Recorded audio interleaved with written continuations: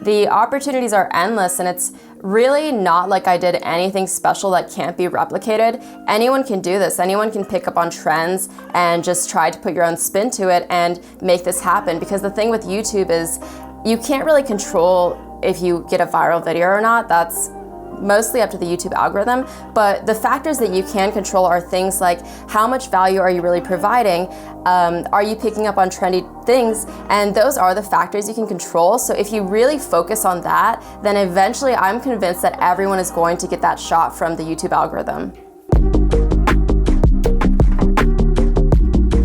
Welcome to the Think Marketing Podcast, the #1 podcast for growing and scaling your business with online video. I'm Heather Torres. And I'm Sean Cannell, and we're from Think Media. And if this is your first time listening, welcome.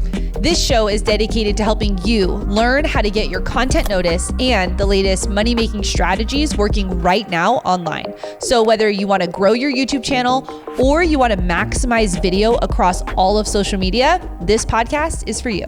Well, Think Marketing Podcast listener, I am fired up for today's episode because I'm bringing to you an entrepreneur who's just like you. One of the things I love about doing here on the Think Marketing Podcast is bringing real life examples of people who are using video to grow their business.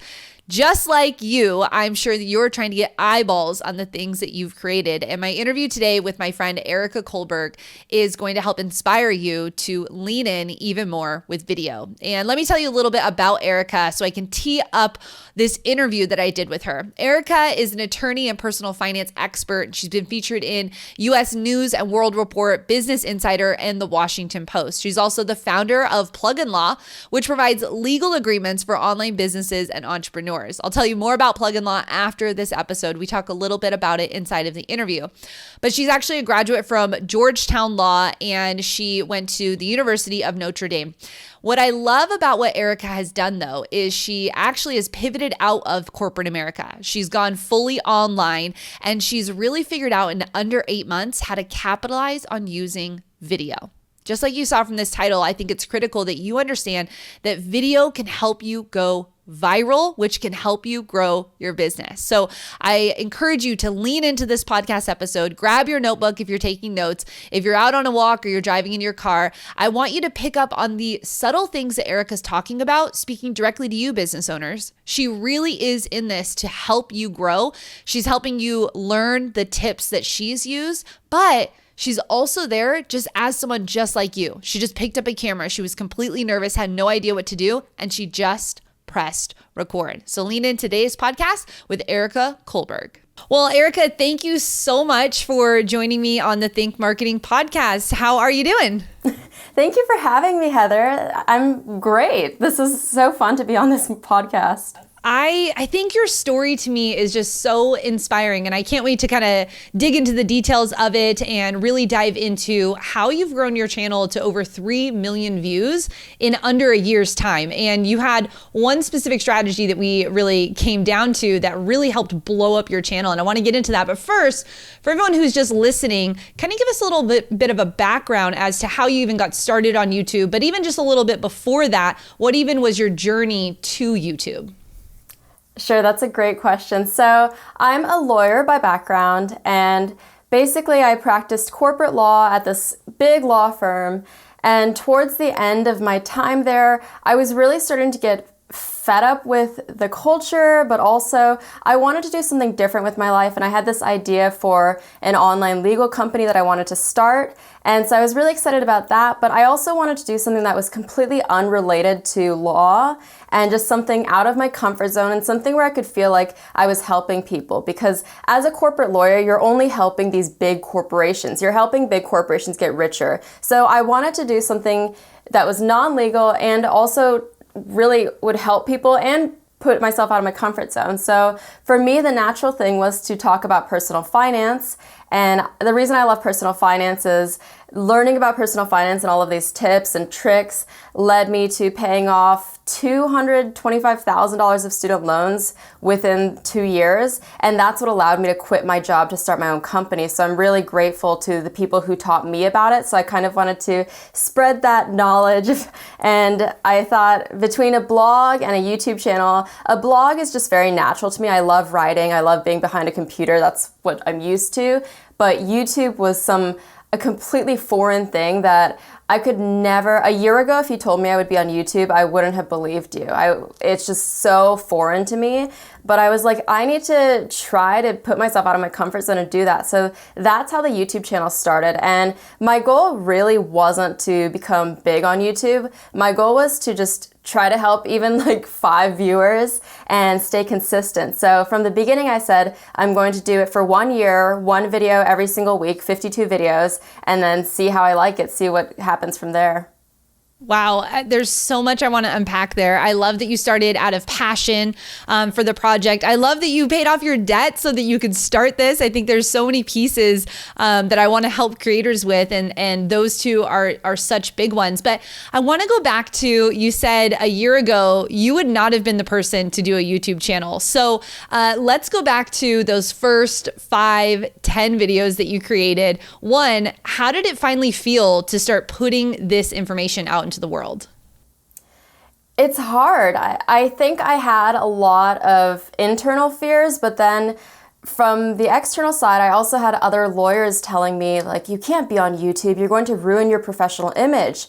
And I had other lawyers telling me it was such a bad idea, but I think I'm kind of rebellious, so that almost motivated me more to do it.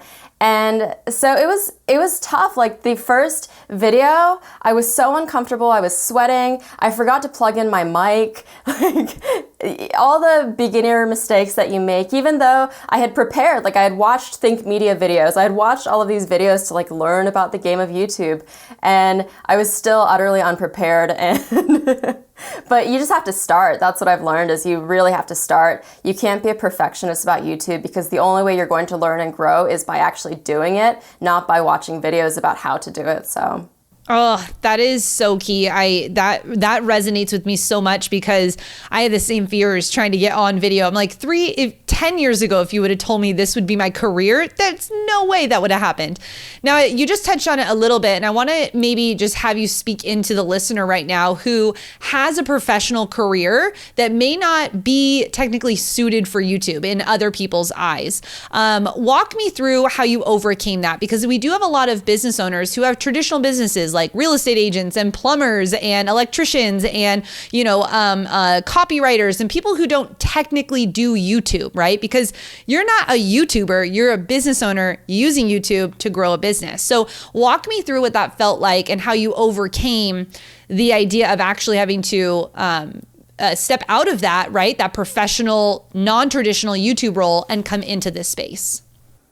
Yeah, that's a really good question. I think so. The thing about leaving your comfort zone is the first step out of your comfort zone is the hardest. It feels so tremendous, like a leap almost. But then every step afterwards gets much easier. So for me, like the act of recording and posting the first video was absolutely the hardest. But then every video after that, like it's already out there in the public. People who are going to judge already judged. It's fine. Like it's out there. And then I think also now that I'm a business owner, an online business owner, on top of being on YouTube, on top of being a lawyer, I really see the potential for any business owner to be on YouTube, because it's not about subscribers, it's about views. And when you're a business owner on YouTube, you're attracting highly qualified leads because they're searching for a specific thing that they're looking for. For me, I'm selling on my legal company website. One of the things we sell is privacy policy. So I'm about to launch a separate business YouTube channel where all I talk about is the legal stuff. So if someone's searching for a privacy policy, hopefully the idea is my privacy policy video is going to come up top, and that's going to be a very qualified lead for business. So I think you have to get over the fear as a business owner of putting yourself out on camera. Realize you're not going to be great at the beginning, but realize how instrumental it is for your business. This is only going in one direction. And the thing about putting yourself on camera versus a business having a traditional blog is there's the know, like, and trust factor. When people see you in person, they automatically are going to connect with you far more than they ever will through a piece that you've written. Oh man. I'm over here just shaking my head. If you're not watching the video and you're just listening to the podcast right now, I'm over here just giddy by the things that you're saying, Erika, because that is so real. It's the know, like, and trust factor and the qualified lead that you technically get for free, right? Like you put this video out there. I mean, yeah, it's work and you may have to, you may have a team around you or whatever that looks like, but literally this is like free advertisement to the exact thing that your target audience wants. I cannot wait to geek out. But looking at your channel, Erika, you've been on YouTube now for less than a year. You just said, it really isn't about the subscribers, which I completely agree with. And the views is what really matters. You're over already 3 million views. Can we just clap it up and just be so excited for that? How awesome is that? Walk me through, how did you do it? How did you get to 3 million views? There was a main strategy that you had after you got a couple videos out that you were like, aha, this is the thing. Walk me through that journey. Sure. So on YouTube, just as background, there's evergreen content and then there's trendy content, really. And for my channel, I was doing personal finance. I only wanted to do evergreen content. I wanted to do things that, how to save money, that it wouldn't matter if you watch it now or a year from now. So I was very hesitant to jump onto trends. And then the first stimulus check was announced, and I started to see that tons of people were searching for stimulus content related to the next stimulus check. And then another thing I noticed was, so as a small YouTuber, one of the best techniques I have for growing when you're at 0 subscribers is to comment on other channels within your niche. So because of that, I was following probably 80 to 90 personal finance channels within my niche. So it's very, very easy for me to pick up on trends because I'm following 90 channels. So I started to see that other channels were doing it. And then I thought that maybe from a legal perspective, I could actually read the bill and provide really valuable information that maybe not everyone can provide, because not everyone has the time to read a 100-page bill to tell you what a stimulus check is and what the rules are behind it. So I decided to jump onto that trendy topic. And sure enough, I had done 25 videos. So I had done 25 weeks of YouTube, 1 video per week. And then I released 2 stimulus videos that day, that Tuesday. And prior to that, probably the highest amount of views I'd gotten was around 100 on the first day. That was like 100 would be a big deal for me. And that day that I released the stimulus check, it was unbelievable. Like I thought my metrics were broken. I was seeing it just go up and up. And I think in the first day it was like 20,000 views, which was crazy. It was my very first video I put out on a trendy topic on stimulus checks, and it just blew up. So after that, I realized there's probably a need here. People enjoyed that content, so let me just go ahead and do that. So I broke my rule of only doing 1 video a week, and so I released 2 or 3 that week, and then I've just kept going since then. Wow. I love how you spotted the trend, and we say here at Think Marketing and at Think Media, different is better than better. And you thought, what's the spin I could put on it, right? Like you said, you were following all these other financial YouTube channels and they were talking about it, but you're like, what is the thing I can do that made it different? And because you are a lawyer, because you have that background, you understand that, you were able to bring a different perspective. And I think one thing you can learn here at Think Marketing is exactly what Erika just said. She was doing 2 really critical things. She was involved in the niche that she wants to grow in. And 2, she spotted the trend and decided that she was going to break the rules and actually make the content that the viewer wanted, right? When we take ourselves out of our own self and we think about what does the viewer need right now, Erika, walk me through how that has grown your channel, how that has grown your business. What does that look like? Because you doubled down. You didn't just make 1 video a week, like you said. You doubled down and started making a ton of videos on this. I think I counted like 40 videos since that first one. I'm thinking, how'd you even have the time for that? But walk me through, what has this done for your credibility? What has this done for your business? Tell me a little bit about that. Yeah, it's a game changer. I think I went from 2,000 subscribers to 50,000 within 30 days. And at that point, when I had my first viral or semi-viral for my standards, viral stimulus video, I was not even monetized. I had 2,000 hours of watch time at that point. And if you know, like you need 4,000 hours to be monetized. So I wasn't even close. I treat this kind of like a business. So I was estimating that I would get monetized by June. So because of that first one, I ended up getting monetized end of April. Obviously, from a financial perspective, I think within those 30 days after getting monetized, I made $20,000, which is unheard of. I was making zero before that. And it's also been great for my online business, Plug in Law, too, because it's brought a lot more attention to it, and more people know that I'm a lawyer because every stimulus video starts with lawyer explains. So I make it very obvious.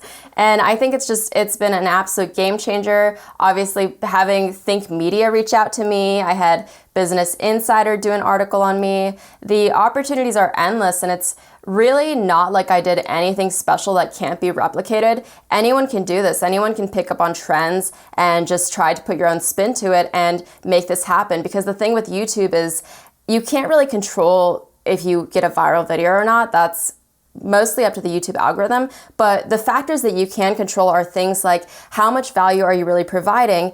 Are you picking up on trendy things? And those are the factors you can control. So if you really focus on that, then eventually I'm convinced that everyone is going to get that shot from the YouTube algorithm. I could not agree more. We always say it's about the base hits that will turn into the home runs, right? Like it really is. You just have to keep putting the content out there. And one thing I love about the content you're putting out is you say at the beginning, you know, this channel is a financial channel. I'm a lawyer and I'm talking about this today. Like you're not putting yourself in a box where this channel will only be about a stimulus check, right? You're just saying this is the trend in the industry that I'm in and I'm also talking about it. And I love that you still give yourself that gap that you could also talk about apps, or you can talk about financial, financial ways that people can handle their money, all these different things still. But right now you're just choosing to ride the trend. I think that's so critical. Erika, walk me through as a business owner, what does your team look like? Are you doing all of this on your own? Have you outsourced it? Because I know a lot of business owners come into YouTube trying to be the only person on the team. What does your team look like as you have exploded your channel? Yeah, that's great. So my biggest tip for a business owner, the biggest excuse that business owners have not to start YouTube is time. They're like, oh, I can't find time. Well, the thing is, if you outsource every component that you can actually outsource, YouTube shouldn't take you that long, and the rewards can just be exponential, so it's certainly worth the time that you put into it. So actually, I'm probably unique. From the very beginning, I saw YouTube as an investment, not necessarily for this personal finance channel, but because I knew I was going to create this second legal channel. So I saw it as an investment for my business. And so I outsourced everything from video one, really. So video editing, I have a great editor that does all of my editing. Thumbnails, I have someone that does thumbnails, because as a business owner, if I did learn how to edit, so I watched YouTube videos and learned how to do Adobe Premiere Pro, but first of all, I spent like 40 hours doing that, staying up late at night, and then I realized when I first started editing my videos, the video was taking me actually like 8 hours to edit, and that's just not efficient when you're trying to run a business. So I outsourced that from the beginning and highly recommend doing that, because it'll just take a load off your plate. And the more you make the process of YouTube simple and stop trying to control every single aspect of it, the more likely you are to continue with it, because you're going to have more time freed up due to outsourcing. Yeah. And I know you spend a lot of time actually preparing for your videos, right? So rather than you being the person that is learning the editing and making the thumbnails and tweaking all the things, you're spending a good portion of your time actually just preparing to make valuable content. Can you walk me through why that is so important and why you think that's really made you grow on YouTube? Sure. So I remember when I was just about to start YouTube and was watching all of these videos on Think Media and these other outlets, one of the things that you hear a lot of creators say is the number one most important thing is to provide valuable content and really make it that your audience like loves every piece of the information you're providing and it finds it very unique and valuable. And when you're first starting out, you don't really understand what that means. I was like, that's so fluffy. Like, I need concrete advice. Like, how do I do it? That's not helpful.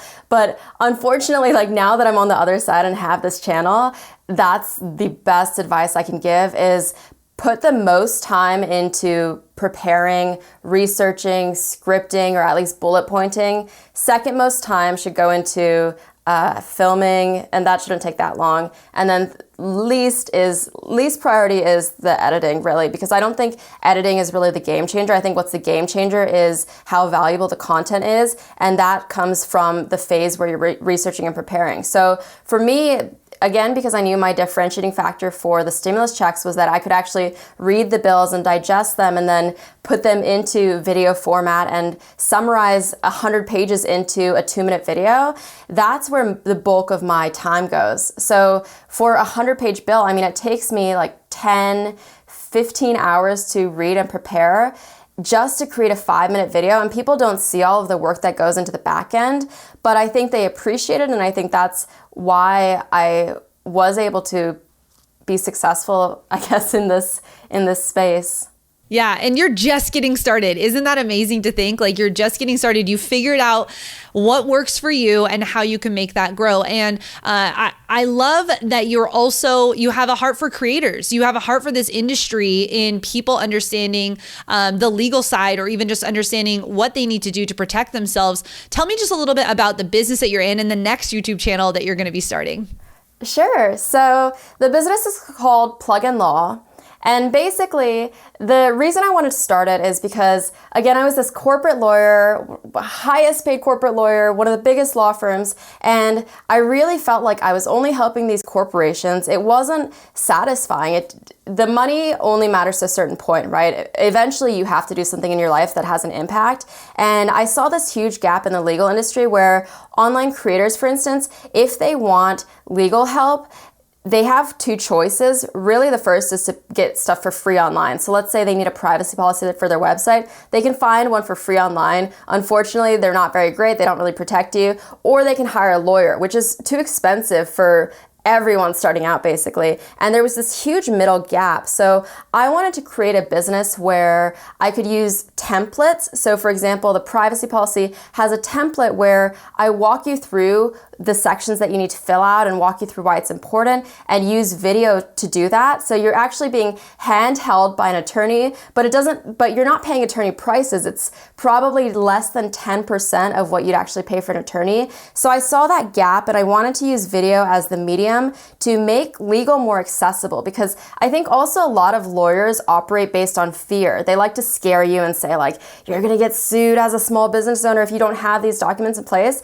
I don't like that. I think it's important, yes, but I'm never going to scare you into a sale. My goal is to really be like this anti-lawyer. Like, I don't want these lawyers taking $3,000 from you at the beginning of your business when it's so critical to invest that money elsewhere. So I really want to make this product where you're getting top quality legal documents for your business, but you're not paying an arm and a leg for it. So that's how Plug and Law started, and that's my mission with that, is really to help others who are just like me. Like, now I'm an online creator, I'm an online business owner, so I really understand the needs of online creators and online business owners too. So that's really my goal with Plug and Law. Wow. I've already signed up. I'm in. You've sold me. I'm like totally there. I cannot wait for all of the creators listening on the Think Marketing podcast to get connected with you, because I think it's really important that we understand, as we move into this space of online business, how can we can be protected and the laws that are around it. So I'm so grateful that you've stepped into that zone to help creators like us be able to do that. Erika, where can people connect with you if they want to go deeper and they want to follow along on your journey? Yeah, the best place is for my personal brand, erikakullberg.com. And then for my legal website, it's plugandlaw.com. Awesome. So we'll make sure that is linked in the YouTube description below, as well as if you're listening right now on iTunes or Spotify, it'll be in the description, so you can click on that, head over and connect with Erika. Well, Erika, thank you so much for being on today. I love to always ask the guest the last question, which is, if you could give yourself advice when you first got started, knowing what you know now, what would you tell to yourself? That's really good. Probably just don't let fear stop you. Don't let yourself stop you from achieving what you could possibly achieve on YouTube, because there are too many people out there who have dreamt of starting a channel but never actually start because they let all these things like, oh, what are people going to say? Like, am I going to be horrible? Are people going to write mean comments? They let those things really impact them and prevent them from starting. So my biggest thing is just to start. The hardest part of YouTube is starting, and the second hardest part is consistency, and both of those are in your control.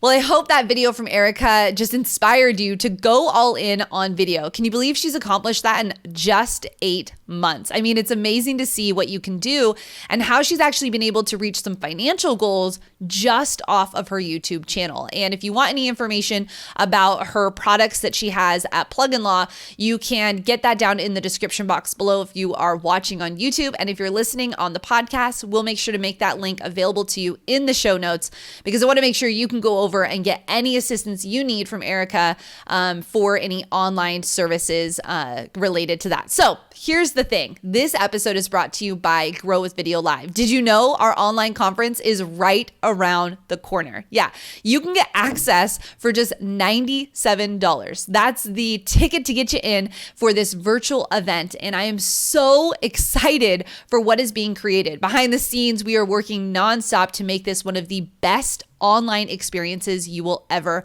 have. We are not only bringing the strategy, we're going to be bringing the mindset as well as the community. This isn't just another webinar. This isn't just another Facebook group. This is the ultimate online conference, and I cannot wait to meet you there this September. So make sure you grab your tickets. You can go to growwithvideolive.com, or down in the description box or in the show notes, you can get directly over there to get your ticket for as low as $97 to hear speakers like myself, Sean Cannell, Shalene Johnson, the Think Media team, Pete Vargas. We have Vanessa Lau. We have Catherine Manning from the Content Bug. We have so many great creators who are going to be telling you how they did it and giving you not just the strategy, but the mindset behind winning on YouTube. Along with YouTube, we're bringing you other experts in all different fields, because we really believe that dominating with video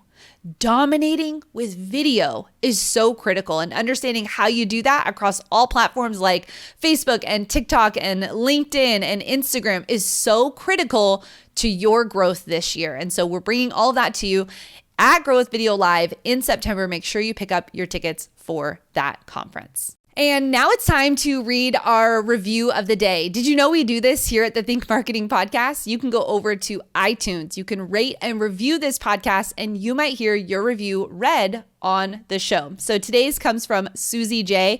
Susie J said, I was looking for a marketing podcast to listen to when I was walking the dog, and I came upon this one. Honestly, I'm blown away by the quality of the content. Once I have listened to them all, I'm going to go back and listen to them again. That's how good they are. Sean, there was one podcast where you said something like, whenever you're listening to this podcast, if you're out walking the dog, lean down and give him a pat. I totally did it.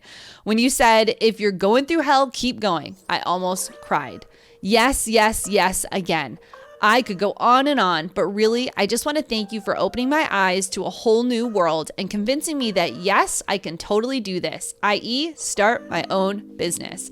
Suze J, I am so excited for you to get started on your business. Thank you so much for listening to the Think Marketing Podcast and for leaving that review. If you'd like to be featured here on the podcast, you can go over to iTunes right now. You can rate, review, and subscribe to the podcast, and that shows us and iTunes that you like it. Thank you so much again for listening to the podcast. It's time to take action. So what's your next video idea? When are you getting it recorded? And are you coming to Grow with Video Live? Make sure you get your tickets today at growwithvideolive.com, and I'll see you in the next episode.